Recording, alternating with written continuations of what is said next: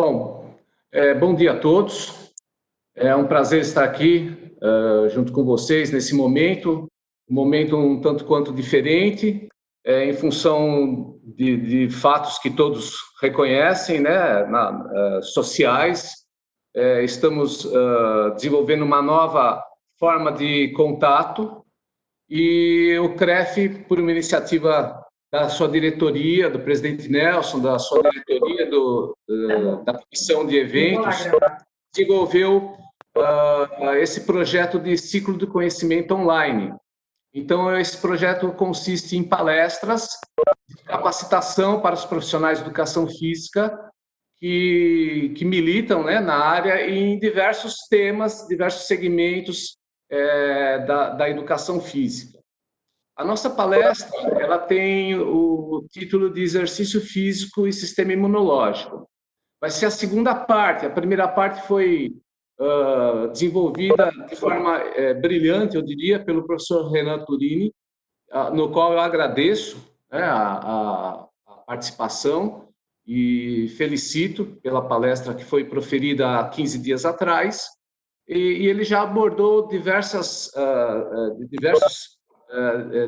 partes desse assunto, que é um assunto extremamente grande e que envolve de forma bastante ampla a prática do exercício físico em um determinado sistema corporal importante, que é o sistema imunológico. Atualmente, nós temos ainda uma participação mais efetiva de conhecimento dos profissionais da área de saúde com relação a esse sistema, uma vez que nós estamos no meio de uma pandemia, e existe sim uma relação bastante ampla entre a prática do exercício físico e o sistema de defesa corporal, que é o sistema imunológico. Eu vou tentar passar para vocês algumas informações que não foram abordadas na primeira parte desse assunto pelo professor Renan. Depois eu me coloco à disposição para responder algumas perguntas que serão me direcionadas pela moderadora aqui da palestra, que é a professora Célia. Tudo bem? O sistema imunológico e o exercício físico. Quando a gente fala dessa relação, ela pode parecer um pouco estranha para alguns, porque não é uma relação muito detalhada nos cursos de graduação. Quando nós fazemos a nossa faculdade, a nossa universidade, a gente não escuta falar muito dessa relação exercício físico e sistema imunológico. Isso porque realmente é um assunto que vem ganhando importância e visibilidade nos últimos anos. Só para vocês terem uma ideia, eu peguei aqui uma revisão feita por um autor bastante reconhecido nessa área, que é o David Niemann. Depois eu vou comentar um pouco mais dele. Uma revisão bastante moderna, bastante atual.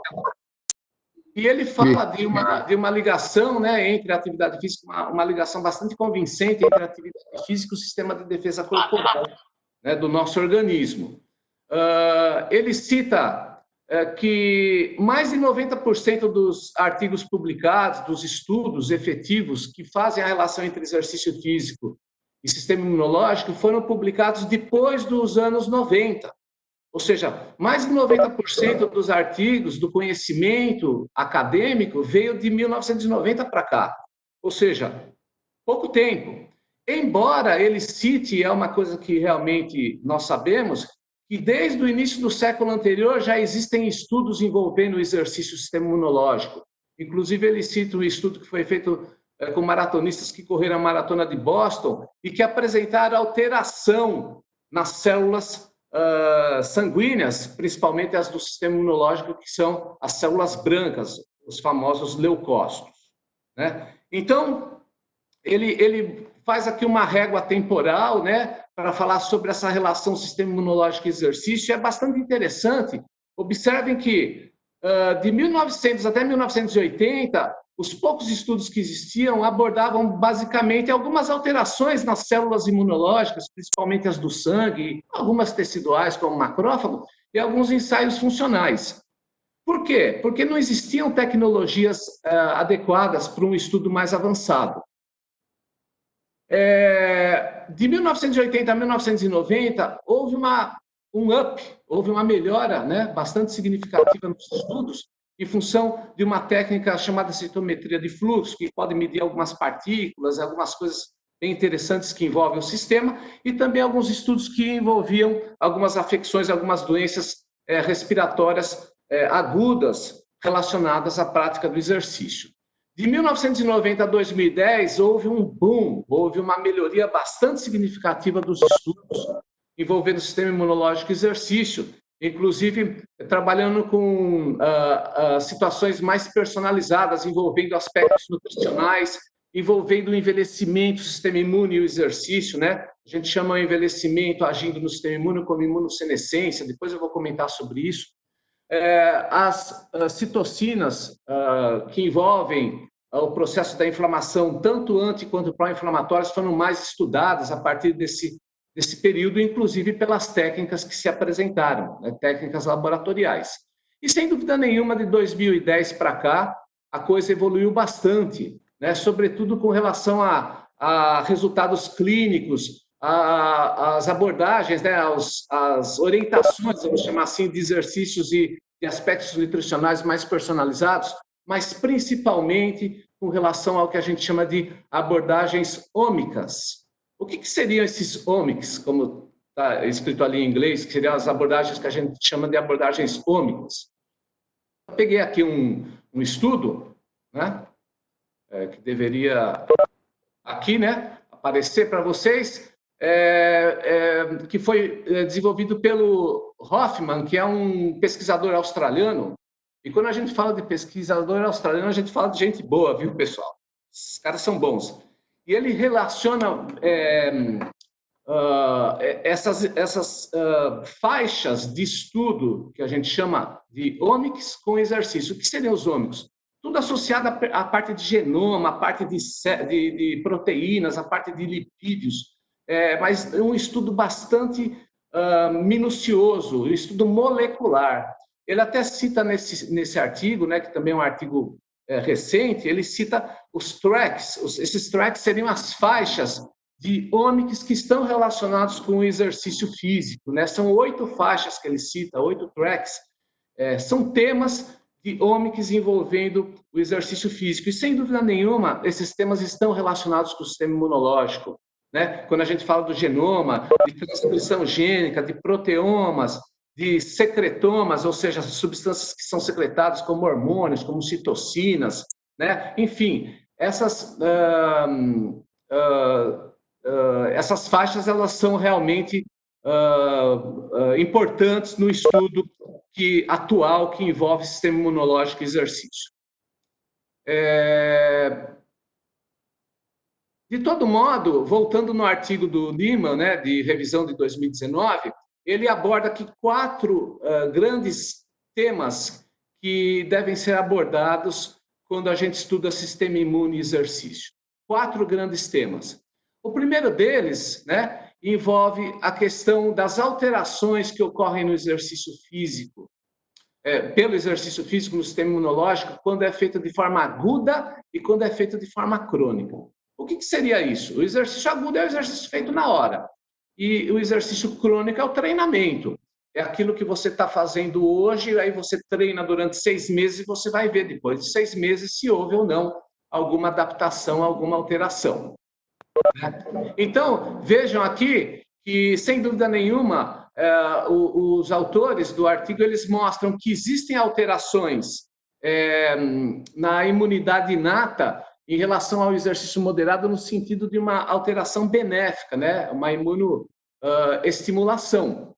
Assim como ele cita disfunções transitórias no sistema imune quando o exercício é feito de forma aguda e de alta intensidade.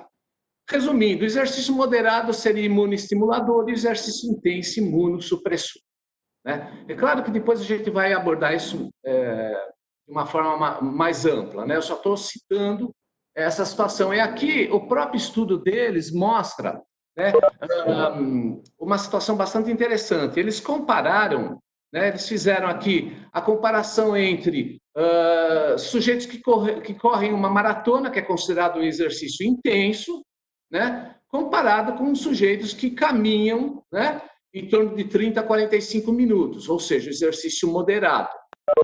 E aí vocês vão perceber, pelas variáveis, né, que estão do lado no eixo vertical, né, do gráfico, vocês vão perceber que tanto na imunidade adaptativa, que seriam situações de hipersensibilidade tardia, como a imunoglobulina do tipo A salivar, ou funções de células T, que são as linfócitos do tipo T. Quando o sujeito corre uma maratona, eles perdem, eles diminuem as características dessas situações. Enquanto o sujeito que caminha, que faz exercício moderado, se ele não ganha muito, ele não perde, né? Ele pode se adaptar de maneira mais adequada. Quando a gente pensa em imunidade inata, e aí entra a atividade de células NK, que é um tipo de linfócito chamado natural killer, funções de macrófago, de granulócitos, que são células como neutrófilos, eosinófilos, basófilos. Vejam que o sujeito que correu maratona, ele perde imunidade inata, ele perde a atividade dessas células, ele perde função dessas células. Enquanto o sujeito que caminha, ele, se não ganha de maneira significativa, tem um ganho moderado e não perde. E quando a gente pensa em processos de inflamação, que envolve a relação entre neutrófilos e linfócitos, as citocinas pró e anti-inflamatórias, e inclusive alguns hormônios que são associados ao processo de estresse, que são considerados hormônios imunossupressores, imunoestimuladores, a gente percebe que o sujeito que faz a maratona, ele tem um aumento substancial dessas relações inflamatórias quando comparado com o sujeito que faz o exercício moderado. Ou seja, fica claro que realmente o sujeito que faz o exercício intenso, ele está desenvolvendo imunossupressão. Quando a gente volta para o quadro e verifica aí as influências clínicas, ele cita aqui uma curva em J que eu vou falar depois, ele cita alguma coisa sobre redução de doenças crônicas, mas, sobretudo, eu gostaria de citar aqui, nesse momento, a redução que ocorre de forma sistêmica na inflamação de pessoas fisicamente ativas e que são magras, pessoas que diminuem o seu peso gordo, a sua massa corporal gorda. Veja esse artigo também bastante atual, de 2020, né, que aborda essa relação entre uma modificação dos processos inflamatórios, né, e a obesidade. De uma forma muito simples, porque esse é um assunto que poderia levar uma live inteira, né? Só esse tema que eu poderia ficar muito tempo falando.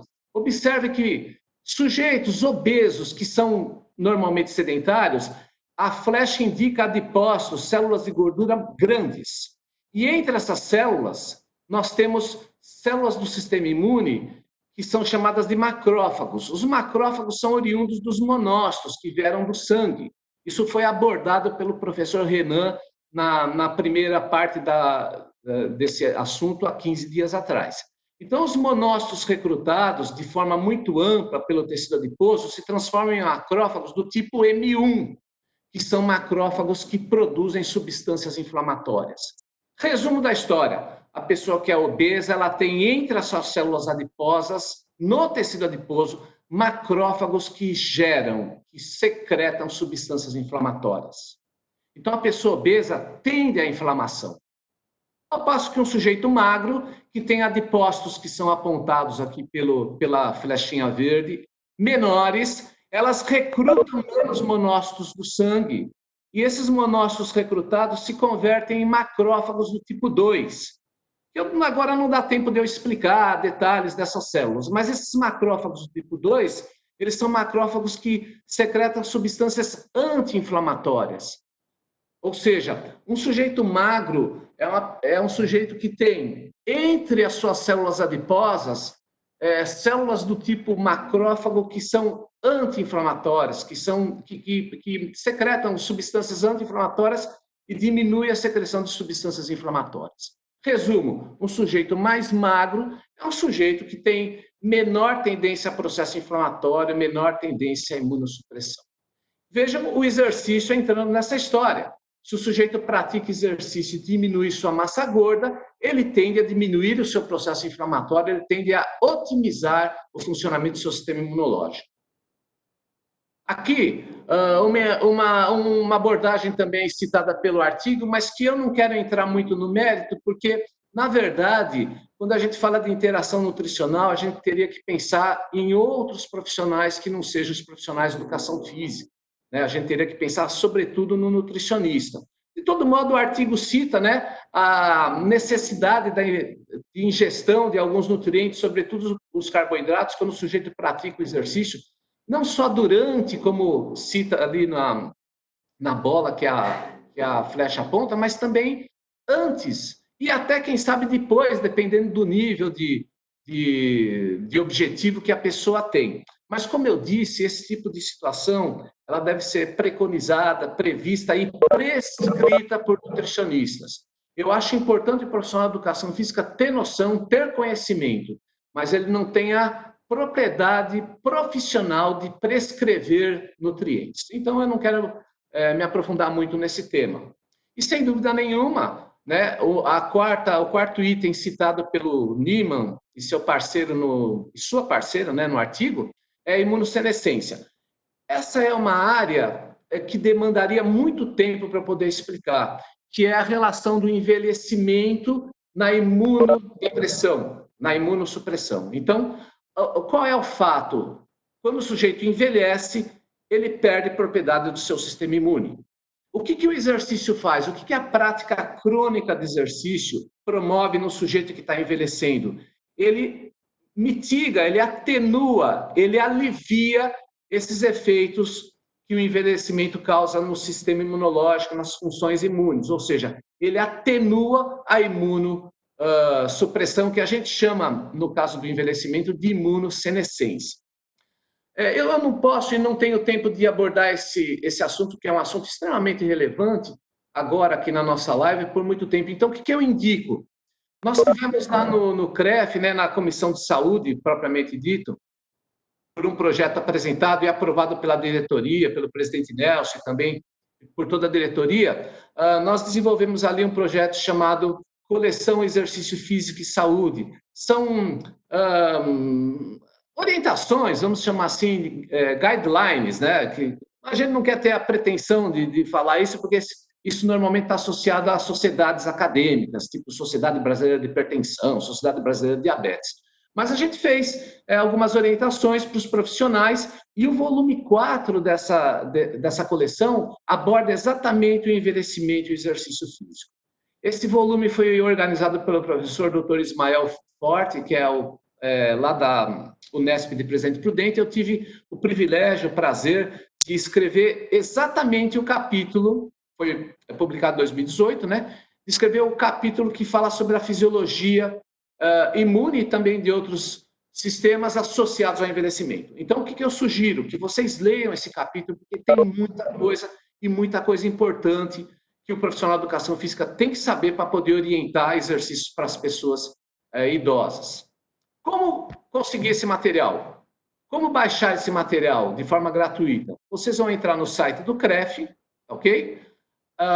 Entrar na aba Comunicação, e dentro da aba Comunicação vocês vão para os livros de Exercício Físico e Saúde, da coleção Exercício Físico e Saúde. Lá vocês poderão baixar esse livro, que é o volume 4, e os outros também, que falam de obesidade, falam de diabetes, falam de crianças e adolescentes.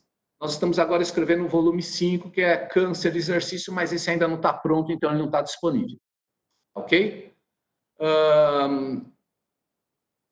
Bom, voltando lá naquele quadro que o Niemann e sua parceira citou no artigo, eu gostaria de ter um pouquinho mais de atenção nesse aspecto de influências clínicas, conhecido como efeito da curva em J, em inflamações do trato respiratório superior, quando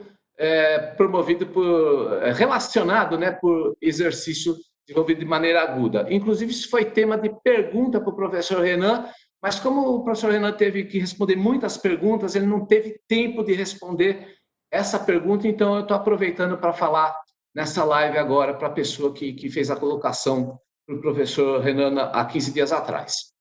É interessante que Niemann, né, David Niemann, ele foi o autor do artigo em 1994 que fala da curva em J. O que é a curva em J? Vocês estão vendo esse slide, vocês estão vendo um J em vermelho aí. O que ele fez, o Niemann? Ele pegou, fez um estudo com grande população, muita gente mesmo, mais de 5 mil pessoas, e ele avaliou que pessoas sedentárias, né? Pessoas sedentárias, vocês estão vendo aqui em azul, eles apresentavam, circundado em verde ali, riscos de infecção e inflamação do trato respiratório superior, X, ou seja, considerado normal, era uma quantidade X, quando a pessoa era sedentária. Quando ele avaliou pessoas que praticavam exercício moderado, o que é o exercício moderado? 3 vezes por semana, como o professor Renan explicou, entre o limiar 1 e o limiar 2, né? Ou seja, exercício considerado realmente moderado. Se a gente for para uma prática mais popular ainda, aquele exercício na faixa de 70% da frequência cardíaca máxima, 65%, tal. Os sujeitos avaliados apresentavam uma redução em torno de 40% a 50% daquelas afecções infecciosas e inflamatórias do trato respiratório superior. O que são isso? Corizas, rinite, gripes, enfim, tudo que envolve o trato respiratório superior. Contudo, quando o Niemann, em 1994, avaliou as pessoas que praticavam exercício intenso, isso de maneira aguda, ele percebeu que essas pessoas poderiam elevar o risco dessas infecções, inflamações, e muitas vezes em relação ao normal, em relação aos sedentários.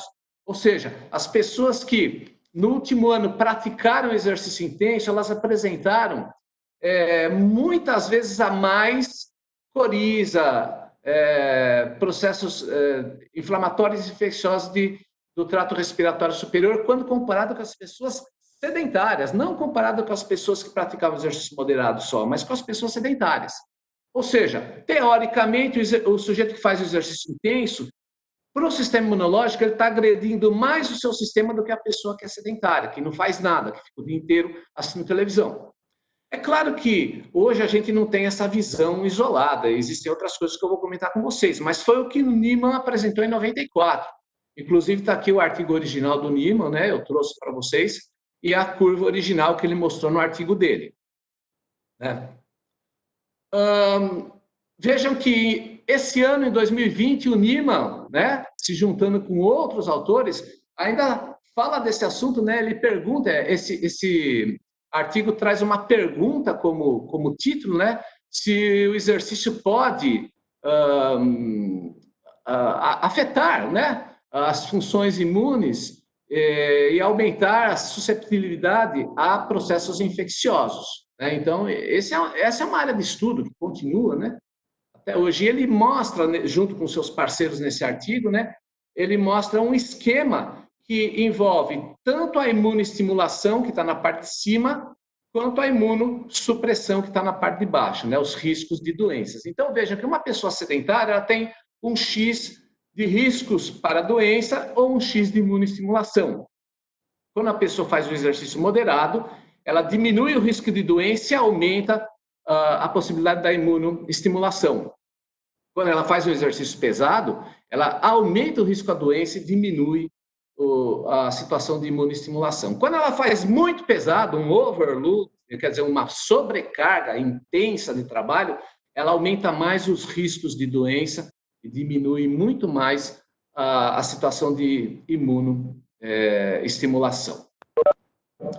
Vejam que no próprio artigo citado agora de 2020, ele mostra, né, uma situação bastante interessante que foi abordada depois por um grupo dinamarquês de pesquisadores, vamos chamar assim, cientistas, né, que é a janela imunossupressora. Eu vou comentar da janela, mas observem aqui, ó, nesse slide, a cinética de alguns linfócitos do sangue. Quando o sujeito está em repouso, ele tem uma cinética X de alguns linfócitos. Quando o sujeito termina o exercício intenso, ele tem uma linfocitose. O que é linfocitose? Um aumento do número de linfócitos. Aí alguém pode pensar, poxa, então o exercício intenso aumentou o número de células? Isso parece uma coisa boa. Não, às vezes esse aumento ele é momentâneo por questões realmente necessárias de inflamação. Então, aumentou o número de células. 2 horas após o término do exercício, o sujeito estava numa linfocitopenia, que seria uma queda no número de linfócitos. É aí que ele entra numa janela de imunodepressão, imunossupressão. Ele tem um número de linfócitos e uma atividade de linfócitos, isso tem que ficar claro, né? A cinética, a atividade diminuída após o término do exercício. Essa é a famosa janela, né? Deixando claro que depois de algumas horas, pelo menos 12 horas, ele regula a cinética dessas células, mas ele fica com uma janela após o término do exercício. E essa janela, ela foi descrita por, como eu disse, por dois pesquisadores dinamarqueses, né? A Pedersen e Juland, como janela aberta ou janela imunossupressora. O que diz isso? Quando o sujeito termina o exercício, ele, durante 2 horas, 2 horas e meia, ele vai ter atividade e número de células do seu sistema imune muito abaixo do que ele tinha antes de começar o exercício. Se o exercício que foi desenvolvido for um exercício muito intenso, um exercício que aumente muito algumas situações no corpo, como, por exemplo, alguns hormônios, prostaglandina, cortisol, né? Esses hormônios conhecidos como os hormônios imunossupressores, né? Então, isso foi desenvolvido, veja, em 1994, junto com aquele estudo da janela, desculpem, aquele estudo da curva em J. Né? Vejam que nesse artigo que eu trouxe, que é um artigo para prestigiar os nossos pesquisadores, aqui no Brasil a gente tem gente muito boa, né? Foi desenvolvido por professores da Universidade Federal de São Paulo, o professor Turíbio, o professor Renato Lutufo, que infelizmente já nos deixou. Eles mediram algumas variáveis em corredores de maratona. O que eles fizeram? Eles mediram antes da corrida, 2 dias antes, para evitar estresse psicossomático, tá? Eles mediram essas variáveis. O que importa para nós aqui é o cortisol. Vejam que o cortisol, antes da prova, ele se apresentava no número X. Aqui eu vou falar 20, né? 20 microgramas por decilitro, mas o número pouco importa. O que importa é vocês entenderem que no final da maratona, quando coletado o sangue dos atletas, o cortisol tinha dobrado. Ou seja, foi uma atividade muito intensa que estimulou o dobro, um aumento significativo da produção de cortisol. Não tenho dúvida, o cortisol é um hormônio imunossupressor. O sujeito está criando a janela imunossupressora, porque o cortisol demora 2 horas, 2 horas e meia, para voltar no seu nível de repouso, dependendo do nível e da intensidade e volume de exercício que o sujeito praticou anteriormente. Vejam que, nesse caso, 20 horas após o término da maratona, o cortisol tinha voltado na condição de repouso, mas o sujeito ficou algumas horas após o término do exercício com cortisol alto, prostaglandina alta, e isso criou a famosa janela aberta, janela imunossupressora. Aí alguém poderia me perguntar, pô, professor, então quer dizer que, então o sujeito, quando pratica o exercício intenso, ele vai ficar imunossuprimido? Não é bem assim, né? Agudamente sim, mas eu vou mostrar para vocês que o treinamento pode mudar essa característica. Veja esse outro estudo que foi feito com nadadores, né? De uma forma muito rápida, eu vou mostrar para vocês. Eles pegaram nadadores aqui com 4 períodos diferentes de treino, alguns com 6 semanas, outros com 12 semanas, 18 semanas e 24 semanas. Quer dizer, um grupo estava saindo do período transitório, estava voltando de férias, e o último grupo com 24 semanas entrando em férias. O que a gente observa? Eles tinham um X de cortisol 4 horas antes do treinamento. Eles foram submetidos a um treinamento de 15 tiros de 200 metros com 20 segundos de intervalo. Pessoal, esse é um treino intenso. 200 metros nadando de forma rápida com 15 segundos de intervalo, com 20 segundos de intervalo, fazendo 15 vezes, é um treino intenso. Nadador faz. Eu tenho certeza que muitos que estão me vendo agora sequer conseguem nadar 200 metros. Né? Fazer 15 tiros com 20 segundos de intervalo é para quem é nadador, então é para atleta mesmo. O que aconteceu? Os 4 grupos subiram cortisol, inevitavelmente, porque o exercício foi intenso. O cortisol é um hormônio do estresse, é um hormônio do exercício intenso. O que aconteceu 1 hora após o término do último tiro? O cortisol ainda estava 50% mais alto em todos os grupos que fizeram o treinamento. O que isso significa? Que 1 hora após o término do exercício, eu ainda tinha 50% de cortisol a mais produzido no meu corpo. Evidentemente, eu estava entrando numa janela imunossupressora, porque outros elementos, outras situações fisiológicas que me estimulam a proteção do sistema imune, elas já estavam em situação de repouso, enquanto o cortisol, que é imunodepressor, ainda estava elevado a 50%. Aí alguém vai me perguntar, poxa, então eu não posso fazer exercício intenso, professor, porque eu vou ficar imunossuprimido todo dia, eu vou ficar doente, eu vou ficar gripado, eu vou ficar inflamado todo dia. Não é bem assim. A pergunta é, então não posso treinar em alta intensidade? Como estou respondendo, não é bem assim. E para poder explicar isso, o que eu trouxe para vocês? Eu trouxe um estudo que foi feito por um sueco chamado Malm, e ele desenvolveu um estudo que culminou com a famosa curva em S. O que é a curva em S, né? A curva em S nada mais é do que uma progressão da curva em J. Ele em nenhum momento discorda da curva em J. Vamos colocar aqui, ó. Em nenhum momento ele discorda o Malm discorda da curva em J. Ou seja, o sujeito sedentário tem uma média de processos inflamatórios infecciosos de trato respiratório superior, doenças do trato respiratório superior. Quando ele faz exercício moderado, ele fica abaixo da média, e quando ele faz exercício muito intenso, ele fica acima da média dos sedentários. Então, o exercício intenso é imunossupressor.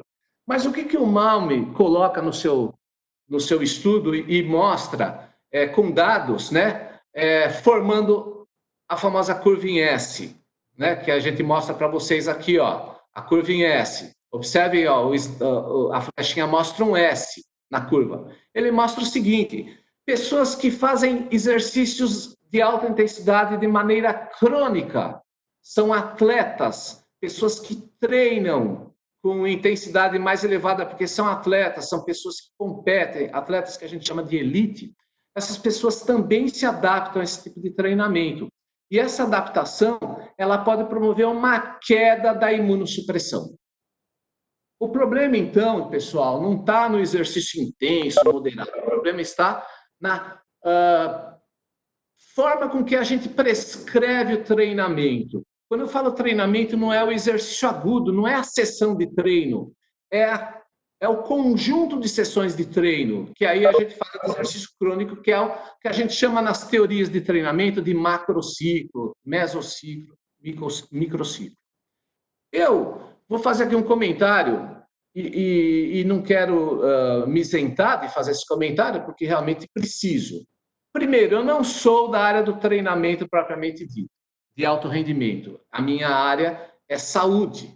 Eu milito na área de doenças crônicas. Eu trabalho com prescrição de exercício para obesos, diabéticos, portadores de câncer. Essa é a minha área. Eu não milito no alto treinamento. Portanto, eu não sou a pessoa mais indicada para falar das teorias de treinamento de alto rendimento, mas estudei um pouco disso. E conheço dois grandes grupos atuais. Aquele grupo que defende a periodização, que ainda defende a periodização, o macrociclo, o mesociclo, o microciclo, que deve ser seguido e tal. E eu conheço também um grupo de pessoas muito competentes, de pessoas que são do treinamento de verdade e que não defendem mais essa situação de periodização propriamente dita, com aquele microciclo quadradinho que a gente chama, que foi previsto, e ele tem que acontecer nos modos que foi previsto naquela semana, naquele mês, que seria um mesociclo, naquele semestre, um mesociclo. Existem formas de você poder adaptar as sessões de treino de maneira bastante ampla, e você poderia sair daquele sistema mais quadradinho de planejamento. Eu respeito as duas áreas. O que eu vou falar para vocês é o seguinte: precisa de averiguar as sessões de treino, precisa de ter um critério. A pessoa não pode treinar de qualquer jeito, ela não pode fazer exercício de qualquer jeito. Hoje está fácil, eu vou aumentar a carga, eu vou aumentar volume, vou aumentar a intensidade do meu treino. Não é assim que funciona, porque se fizer dessa forma, vai ter imunossupressão. Aí vai ficar gripado, aí vai ficar com diarreia, vai ficar com herpes, aí vai ficar com problemas de imunossupressão e vai ficar 15, 20 dias parado para poder se curar. Que é pior para o treinamento do que você ficar uma semana, 10, 15 dias parado? Isso daí, para o sistema cardiorrespiratório, 15 dias parados são 20% de prejuízo no consumo máximo de oxigênio. Isso está descrito na literatura. Então, vamos com calma. A gente tem que ter calma para poder desenvolver uma sessão de treino. É isso que eu falo para vocês. Agora, evidentemente que eu não vou esgotar esse assunto agora, porque, inclusive, não é tema da aula, mas que o treinamento, a sessão de treino precisa ser verificada, ela precisa. Né? Se vai ser baseado em micro, meso, macro ciclo, aí é uma outra história. Tudo bem? Então, o Malme, ele fala da curva em S, e essa curva em S fala da adaptação que o sujeito pode ter com treinos intensos. Ou seja, eu não estou aqui dizendo que o treino intenso é ruim. O que precisa é saber desenvolver sessões de treinamento intenso. É isso que a gente precisa. Tudo bem? Vamos lá? Então, como é que seria essa questão do treino intenso? Eu estou aqui com 35 minutos, eu tenho mais um tempinho para falar com vocês. Eu vou aqui trazer um pouquinho mais de aprofundamento para vocês. Tudo bem? Eu trouxe aqui um artigo também interessante, né, relativamente atual, de 2017, e também pesquisadores brasileiros, mas que publicaram numa revista importante, sobre a relação de exercícios cardiorrespiratórios no processo inflamatório, envolvendo dois receptores. São receptores do tipo Toll-like, são receptores de membrana. Eu não quero entrar muito no mérito dessa situação de receptor Toll-like agora, porque senão a gente vai ficar muito tempo nisso. Mas, basicamente, o que esses autores falam? Né? Eles falam em relação ao exercício moderado, exercício intenso, como é que eles ativam mecanismos que vão gerar o processo imunossupressor e imunoestimulador. Isso depende desses receptores Toll-like, né, do tipo Toll-like. Vejam aqui, do lado esquerdo, né, do gráfico de vocês estão vendo aqui o exercício intenso. Né? Eu não gosto muito de chamar de exercício aeróbio, eu prefiro chamar de exercício cardiorrespiratório. Né? Então, seria em corridas longas, com intensidade elevada, tal. O que isso faz? Isso promove a produção de determinadas substâncias, que eu também não quero entrar no mérito agora, que ativam receptores do tipo Toll-like nas membranas de células imunes. Esses receptores Toll-like, eles existem em várias células do corpo, gente, inclusive em célula muscular. Tudo bem? Mas aqui nós estamos falando de receptor em célula imune. O que vai acontecer? Quando essas substâncias produzidas como cortisol, lipopolissacarídeos, são produzidos em exercício intenso, eles vão ativar os receptores Toll-like do tipo 2 e principalmente, eu diria principalmente do tipo 4. Vamos pensar mais no Toll-like receptor 4. Quando ativados esses receptores, vai ocorrer um mecanismo intrínseco dentro da célula que vai ativar um intermediário chamado de NF-κB ou NF-κ-beta. Esse intermediário cria mecanismos dentro da célula que culminam com a transcrição gênica de citocinas pró-inflamatórias. Ou seja, quando o sujeito faz exercício intenso e ativa esse receptor Toll-like do tipo 4, a via ativada é a via de NF-κ-beta, que vai estimular a produção de substâncias pró-inflamatórias, como, por exemplo, TNF-alfa. O que é TNF-alfa, para quem não lembra? Fator de necrose tumoral do tipo alfa. Olha o nome do sujeito, fator de necrose tumoral. É uma substância pró-inflamatória. Exercícios cardiorrespiratórios muito intensos, de alto volume, também ativam muito o estresse oxidativo, aumentando o ROS. O que é o ROS? Espécies reativas de oxigênio, que também ativam a via de NF-κ-beta, que ativam a produção de TNF-alfa. Isso que o exercício intenso faz. Então, isso promove imunossupressão mesmo.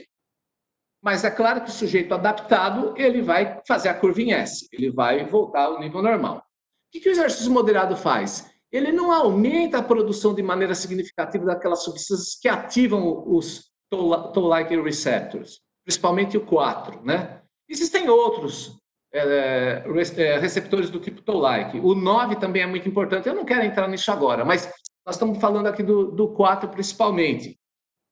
Quando esses receptores são inibidos, essa via de NF-κ-beta, ela também fica inibida. E a produção de citocinas pró-inflamatórias cai ao extremo por parte das células. né? Ao invés de NF-κB ficar ativado, outras vias são ativadas na célula, principalmente a via muito conhecida chamada de AKP-mTOR, que é uma via que estimula a síntese proteica, mas que estimula também a produção de citocinas anti-inflamatórias, como, por exemplo, interleucina 10, né, que é uma substância anti-inflamatória, que, quando produzida, vai diminuir a produção de TNF-alfa. Ou seja, o exercício moderado não é chegar para vocês e falar exercício moderado é imunoestimulador e ponto final. Existem estudos que mostram as vias, gente.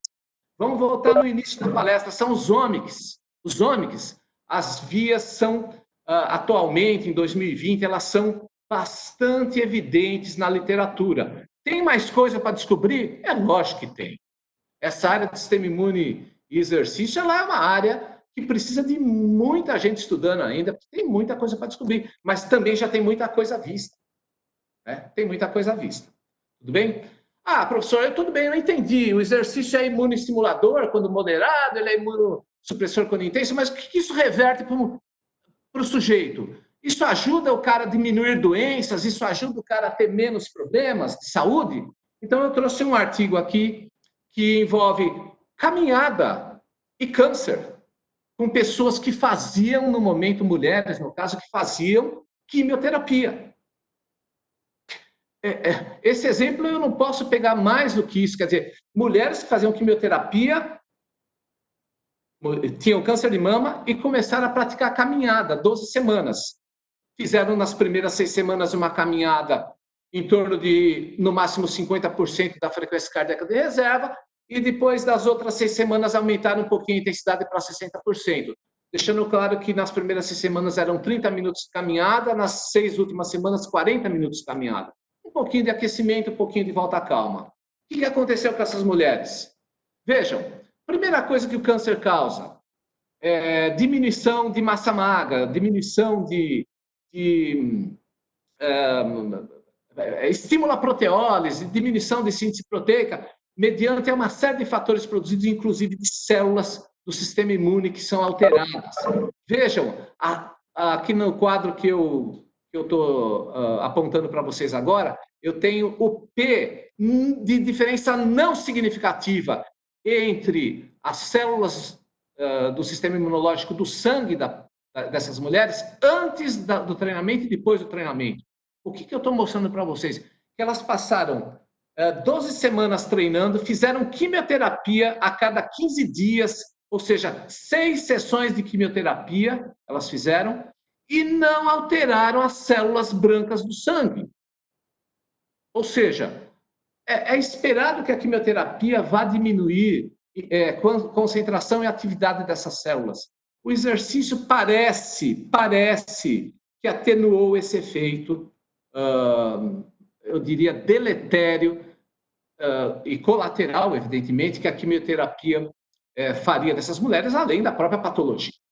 Vejam a situação que eu falei para vocês de peso magro. Essas mulheres não apresentaram queda de peso magro. A massa muscular dessas mulheres se manteve antes e após o período de treinamento. Isso é uma coisa fantástica. Isso é fantástico. Né? O exercício parece que realmente teve uma participação efetiva nessas mulheres portadoras de câncer. É claro, aqui tem um mecanismo que eu não vou agora ter a ousadia de querer explicar, mas se vocês observarem no meio dessa linha tracejada, um pouquinho para a parte de cima da bola cinza, vocês vão ver de novo o NF-κB ali. O NF-κB certamente ficou inibido naquelas mulheres, ou pelo menos pouco ativado naquelas mulheres portadoras de câncer que fizeram o exercício. Já que eu estou falando de câncer, eu não poderia deixar de mostrar um artigo que foi produzido, inclusive, com o meu amigo, o professor Henrique Stelzer, que está na sala aqui. Eu aproveito para agradecer a presença do Henrique, aí prestigiando a nossa live, e Henrique também meu aluno de mestrado, né? Nós fizemos um estudo de caso com um portador de um câncer raro chamado linfoma de Hodgkin, e esse foi um pouquinho mais longo, até foram 16 semanas, ao invés de 12, e nós fizemos uma periodização ondulatória, ou seja, quando o sujeito ele tinha a sessão de quimioterapia, ele diminuía a carga, volume e intensidade de exercício.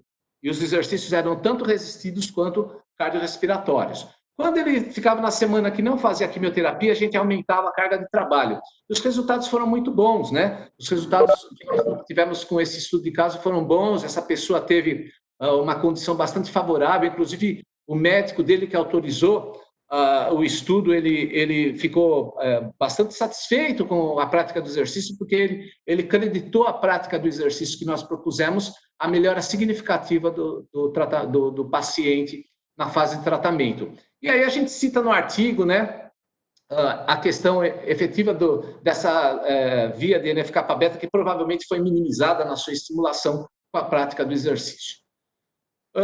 Um outro artigo que eu fui autor também, que fala de uma substância extremamente agressiva e que causa imunossupressão, é o artigo que relata sobre prostaglandina do tipo E2. Esse foi um estudo experimental que nós fizemos com um modelo animal, com ratos, e nós desenvolvemos o estudo fazendo com que os ratos... injetamos o tumor nos ratos, né? E fizemos um treinamento com os ratos antes e tal, e aí conseguimos perceber que os ratos que tinham treinado antes de receberem a inoculação do tumor, eles tiveram alterações menos significativas de prostaglandina. Né? Observe que no quadro de baixo a gente vê que o grupo que foi treinado e que recebeu o tumor, ele tinha menos prostaglandina do que o grupo sedentário que recebeu o tumor. Isso eu estou falando de forma significativa, ou seja, o exercício antes de inocular o tumor nos ratos foi preventivo contra o câncer. Aí vocês vão falar, pô, então beleza, o rato que treinou não morreu. Não, o rato morreu. Só que ao invés de morrer com 14 dias, que nem os ratos que não treinaram e receberam o tumor, os ratos que treinaram e receberam o tumor morreram com 35 dias após a inoculação do tumor. Eles aumentaram mais do que 100% o tempo de sobrevida. E vejam que interessante, o peso do tumor para o rato que era sedentário, quando ele morreu, pesava em torno de 17 gramas, enquanto que o rato que fez 8 semanas de treinamento antes de receber o tumor tinha um peso quase 10 vezes menor, com 1,9 gramas. Ou seja, ele morreu, mas ele morreu com um tumor bem menor e com um tempo de vida muito maior. Ou seja, o exercício parece ser, além de uma estratégia terapêutica para tratamento de pessoas portadoras de câncer, embora seja uma terapia coadjuvante, né? Parece ser bastante preventivo em relação ao surgimento do tumor. Isso não me dá o direito de dizer que quem treina não vai ter câncer, não é isso que eu estou dizendo. Mas quem sabe esse câncer, para as pessoas que treinam, que praticam exercício de maneira crônica, esse câncer pode ser postergado. É isso que eu acredito piamente. Eu acredito nisso. Isso tem muito a ver com o sistema imunológico efetivo da pessoa. E aí, para finalizar, não poderia deixar de falar do nosso dia a dia, que seria essa situação da pandemia que nós estamos vivendo. O que o exercício pode estar relacionado com essa situação, né? Então, eu peguei um artigo produzido aqui, nada mais, nada menos, pelo American College of Sports Medicine, que seria uma entidade que a gente acredita como séria na nossa área da fisiologia do exercício, da área da saúde envolvendo o exercício, publicado agora, no mês anterior, né? E que fala sobre o sujeito se manter ativo, né? Que ele deve ficar ativo durante essa situação da pandemia, né? Coincidentemente, agora no dia 1º de maio, né? Nesse fim de semana eu fiz parte, eu assisti um congresso que foi promovido pela Abramed, que é a Associação Brasileira de Medicina de Emergência, que citou, que foi constituído por várias palestras, e o professor, doutor Marcos Vinícius, que é professor titular lá da Universidade Federal de Minas Gerais, né? Um professor extremamente conhecido na área da clínica médica, ele citou mecanismos do Covid-19. Como é que o Covid age? Então, vocês estão observando em cima, o Covid, o vírus, ele age em algumas células do corpo. Ele citou aqui macrófago, célula dendrítica, monócito. Eu não quero entrar nessas células porque o professor Renan, há 15 dias atrás, já falou sobre essas células. Mas essas células são células do sistema imune. Então, o Covid, ele entra nessas células e ele estimula essas células a aumentar a produção de uma substância chamada interleucina 6. que é uma citocina pró-inflamatória. Observem, a interleucina 6, ela vai agir em diversas situações do nosso organismo, inclusive no próprio vaso sanguíneo, estimulando mais produção de interleucina 6 pelas células endoteliais ali do vaso, assim como no fígado, estimulando a produção de uma outra proteína bastante inflamatória e bastante conhecida de quem estuda esse assunto, chamada proteína C reativa. Né? Tenho certeza que o meu aluno Henrique conhece bem essa proteína, né? Porque isso foi tema de mestrado do nosso aluno Henrique, aí, do nosso amigo.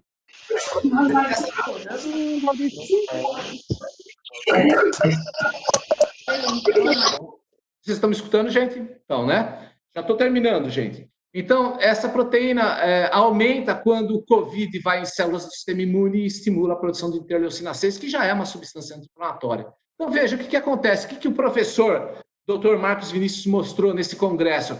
Ele mostrou que pessoas com proteína C reativa aumentada chegam a óbito. O que vocês estão vendo ali, não muito visível, porque não está muito bom esse slide, e numa cor meio laranjinha, são pessoas que morreram de COVID.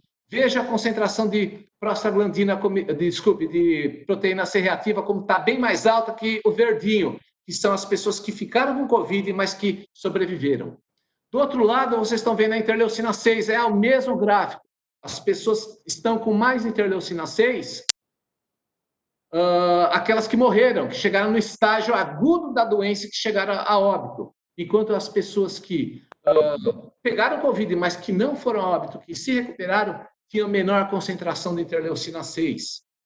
O que isso tem a ver com exercício? Eu busquei um artigo de dois médicos bastante conceituados na área, o Casapes é cardiologista e o Tompes é pneumologista, são bastante conceituados. Eles estudam realmente a parte fisiopatológica, mas fizeram em 2005 uma revisão bastante conhecida dos efeitos que o exercício físico pode promover em marcadores inflamatórios, inclusive na proteína C reativa. Né? Então, eles mostram claramente que quando o sujeito faz exercício intenso, ele aumenta a produção de algumas substâncias, inclusive a interleucina 6. Vocês estão vendo no gráfico. Olha aqui, a interleucina 6 aumenta com o exercício intenso. Quando o sujeito chega no fim do exercício, a interleucina 6 está lá em cima. Esse é um dos motivos de aumentar a proteína C reativa em exercício intenso, do sujeito ficar imunossuprimido em exercício intenso e tal.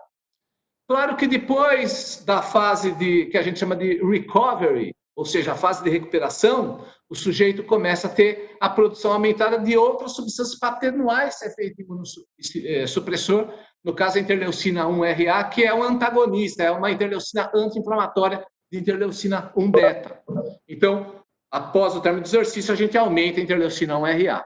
Isso é benéfico. Mas o que eu quero trazer para vocês, que eles mostraram nessa revisão? O sujeito, quando faz exercício intenso, ele aumenta a proteína C reativa. Isso é muito mediado pelo aumento de interleucina 6. Porém, quando o exercício é crônico, o sujeito pratica esse exercício de maneira crônica, esse exercício é feito de maneira gradual, esse exercício é feito de maneira periodizada, esse exercício é feito de maneira consciente, esse exercício é feito de maneira orientada por um profissional adequado, um profissional registrado, um profissional que realmente é um profissional de verdade, nós temos níveis de proteína C reativa diminuídos nos sujeitos. Ou seja, em repouso, o sujeito vai ter uma proteína C reativa mais baixa. Inclusive, a gente tem um artigo aí que a gente vai publicar de proteína C reativa e exercício, está na bica aí para publicar, o Henrique e eu, e a gente vai trazer uma contribuição também nessa área. O que ocorre é que o exercício diminui a produção de proteína C reativa. Então, vamos voltar no COVID. Os sujeitos estão aí em casa, eles estão sedentários. Tem que fazer exercício, tem que fazer atividade, tem que fazer, porque isso acaba fazendo o quê? Isso acaba criando uma atividade imunoestimuladora. Vocês viram durante a live toda a imunoestimulação que o exercício causa. Tem que tomar cuidado com a intensidade e com o volume, mas tem que fazer exercício. Além disso, esse artigo mostra também as vantagens, eu vou colocar assim, que o exercício físico regular pode desenvolver nas situações das pessoas com relação a sentimentos, a estresse e até ansiedade. São áreas que eu não milito, eu não quero aqui tecer comentários. Então, gente, desculpe, eu passei um pouquinho do tempo aí que estava previsto para minha fala, mas eu agradeço. Foi um prazer estar aqui com vocês nesse dia e tentar passar, complementar, né, o que o professor Renan falou na primeira live, de maneira, como eu disse, bastante capaz. E eu gostaria de deixar aqui o meu agradecimento também à diretoria do Conselho, à diretoria do CREF, por ter propiciado e estar propiciando a possibilidade da gente continuar com as nossas estratégias de capacitação aos profissionais, que eu acho muito importante. E me coloco à disposição, né, de vocês para alguma dúvida que vocês tenham e tentar responder nesse exíguo tempo que eu tenho aqui, Célia, e tentar responder alguma coisa. Sim, professor, estamos bem no final, né, do nosso tempo. E algumas perguntas, na verdade, colocadas aqui já foram respondidas, que é a pergunta do Sebastião, a pergunta da Isabel, do Piauí. Mas eu vou colocar aqui para o senhor a pergunta do Jorge. Ele se identifica como JK Personal. O ideal, então, para trabalharmos agora, nesta época, e não prejudicar o sistema imune, seria de 60% a 80% do máximo? Dá para afirmar isso? E teria diferença nesses percentuais para o exercício aeróbico e ou anaeróbico? Então, Jorge, né, o nome da pessoa que me perguntou? Célia Jorge? Sim. Tá. Então, Jorge, assim, esse é um percentual de frequência cardíaca máxima, e aí deixando claro que a frequência cardíaca máxima também para a gente identificar não é uma coisa tão simples, seria um percentual que na maioria das pessoas se enquadra entre o limiar anaeróbio 1 e o limiar 2, e aí esses limiares também têm várias nomenclaturas, que foi já abordado pelo professor Renan na primeira palestra, e que seria considerado um exercício moderado, né? Então, teoricamente, sim, se a pessoa fosse estimulada nessa faixa de frequência, um pouquinho mais próximo dos 60%, 70%, a gente entende que são exercícios moderados. O problema maior é identificar isso de uma maneira objetiva, né? Como é que realmente eu sei qual é a frequência máxima daquele aluno, daquele sujeito, e se realmente o que ele está fazendo está em torno de 70% da frequência máxima. Esse é o probleminha maior, mas teoricamente sim. E isso vale, como você perguntou, Jorge, tanto para os exercícios cardiorrespiratórios quanto para os exercícios resistidos ou qualquer outra abordagem que a gente possa ter de formas de atividade. O que vale realmente é esse controle fisiológico para a gente saber se o exercício está sendo mais moderado ou mais intenso. Okay? É isso. Deixando claro que exercícios acima dessa frequência cardíaca, eles seriam considerados mais perigosos para uma imunossupressão, sem dúvida nenhuma. Ok, professor. A Luciara, ela pergunta: há estudos indicando exercícios para pessoas já bem doentes e acamadas? Por exemplo, pacientes internados? Há mais benefícios ou malefícios nesses casos? Então, Luciara, é assim, quando a gente pensa em uma pessoa internada, a gente pensa em uma pessoa em fase aguda. Dependendo da situação que a pessoa se encontra em fase aguda, é muito difícil a gente tentar prescrever exercício. Agora, e quando eu falo exercício, no sentido do condicionamento, que é o que mais está enquadrado para o profissional de educação física. Contudo, existem situações, e aí essas situações normalmente ficam a cargo de outros profissionais, como o fisioterapeuta, que podem ser desenvolvidas, inclusive em UTI, ou até quando a pessoa sai da UTI e vai para o semi-intensivo, até para o quarto, que seriam movimentos ventilatórios, movimentos de caixa torácica, movimentos com membros superiores, que fazem parte do processo de recuperação, com a pessoa ainda internada. Isso existe, isso, sem dúvida nenhuma, é bastante benéfico. Agora, pensando no exercício como uma forma de Condicionamento, aí quando a pessoa está internada, a pessoa está em fase aguda, e aí o exercício em fase aguda, ele realmente, para condicionamento, ele tem que ser, ele não é bem-vindo, tem que ser muito bem verificado para poder ser prescrito, ok? Célia? Professora, eu vou colocar uma pergunta da Isabel, porque ela fez mais de uma pergunta, ok?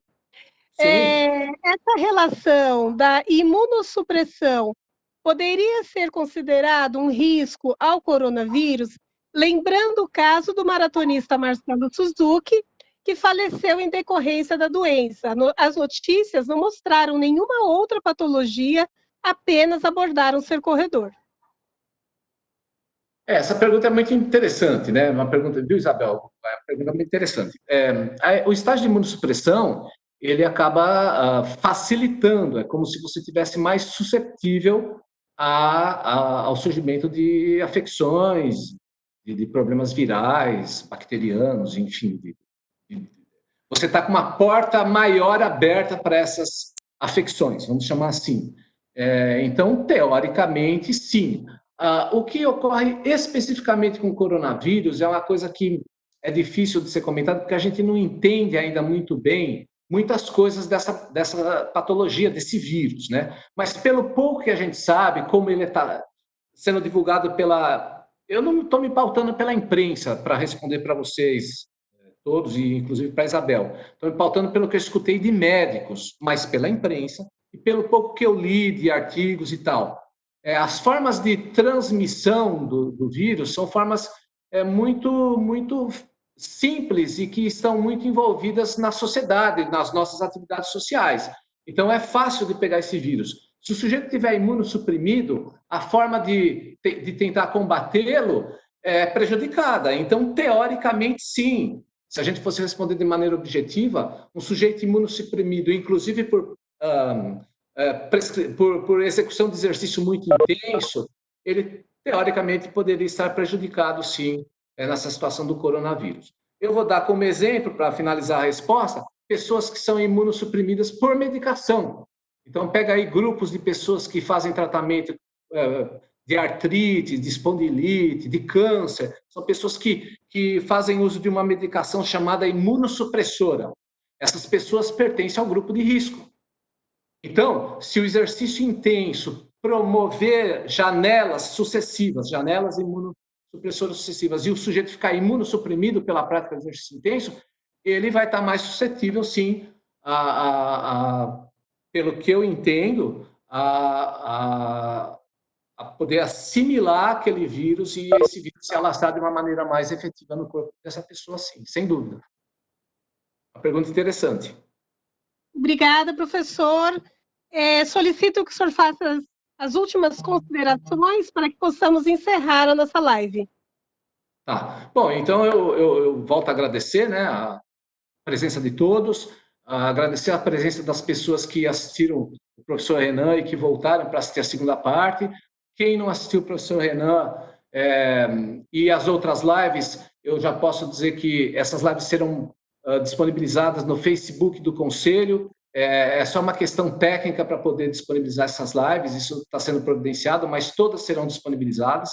E aí eu solicito que vocês, quando possível, né, acessem, né, esse conteúdo, porque realmente é um conteúdo bastante interessante para a nossa formação, para a nossa capacitação. E, mais uma vez, agradecer aí todo o staff, toda a estrutura que o Conselho possibilitou para a nossa live, né, agradecer o Ive, agradecer o Samuel, a Célia, né, o professor Pedro, presidente da comissão de eventos, e também o professor Nelson, presidente do Conselho, que possibilitou, junto com a sua diretoria, evidentemente, possibilitou que esse projeto pudesse vir à tona, ok? Um grande abraço a todos, muito obrigado, e tenham aí uma boa semana, e vamos respeitar aí o que as autoridades de saúde preconizam, que é realmente aquilo que a gente tem que seguir. Temos que seguir a ciência, pessoal, a ciência. Um abraço a todos, muito obrigado. Professor Pedrinho, gostaria de deixar algumas palavras?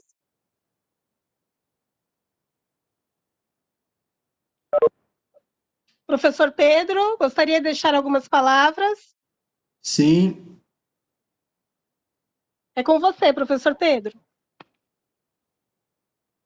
Agradecer pela sua excelente palestra, agradecer a equipe de apoio aí do CREF, a Célia, você, o Igor, o Samuel, agradecer aí a diretoria e também todos os membros da comissão de eventos. O Aldeci, que faz parte da comissão de eventos e comunicação, além do Carnevale, além do Olivato, o professor Toninho, lá de Guarujá, a Cida Conte, e esperamos que todos vocês possam divulgar esse sítio virtual. Na próxima quinta-feira, nós temos a professora Angélica, que vai falar do movimento na primeira infância, que é fundamental. E na semana que vem, a gente vai preparar também uma nova programação. Contamos com o apoio e divulgação de todos vocês. Obrigado a todos aí de todas as cidades. Não vou citar, porque tem muitas cidades aí que estão participando. Até a próxima. Um abraço e obrigado, Valdeci. Obrigado a vocês. Um abraço a todos. Parabéns, Valdeci. Valeu. Obrigado. Abração. Obrigado, gente. Até mais.